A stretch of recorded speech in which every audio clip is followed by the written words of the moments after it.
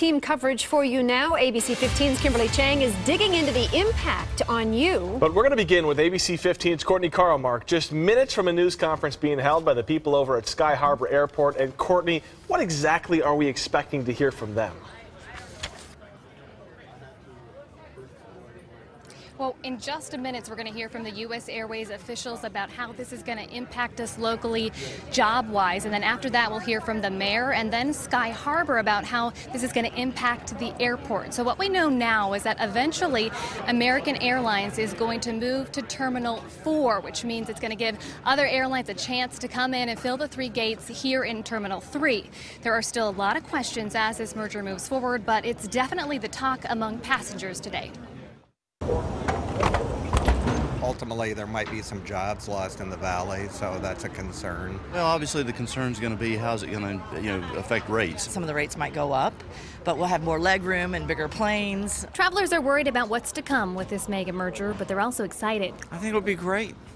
We'll have more places to go to. Once this merger goes through, American Airlines will have more than 600 planes and many more flights, 6,700 a day to 336 destinations in 56 countries. Okay, you ready?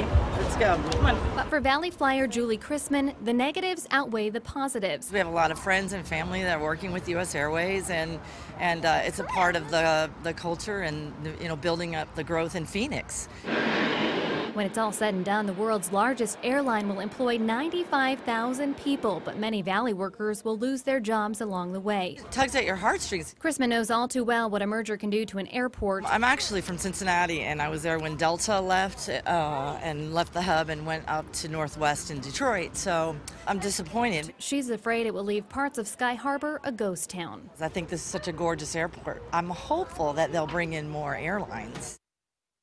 And so with that, let me introduce Mr. Robert Isom, Chief Operating Officer of US Airways. This press conference just getting going right now. Now, US Airways execs have said that they have no intentions of giving up their passengers here in Phoenix, but Sky Harbor says if that ends up happening, they have a plan to call in other airlines to meet the demand, and they're pretty confident that Sky Harbor will not be empty. Now, just after this wraps up, we're going to hope to talk with the Chief Operating Officer who's speaking right now, find out a little bit more about the local impact on our workers and our jobs here in the Valley. Guys, I'll be back in 30 minutes. All right. Thanks, Courtney.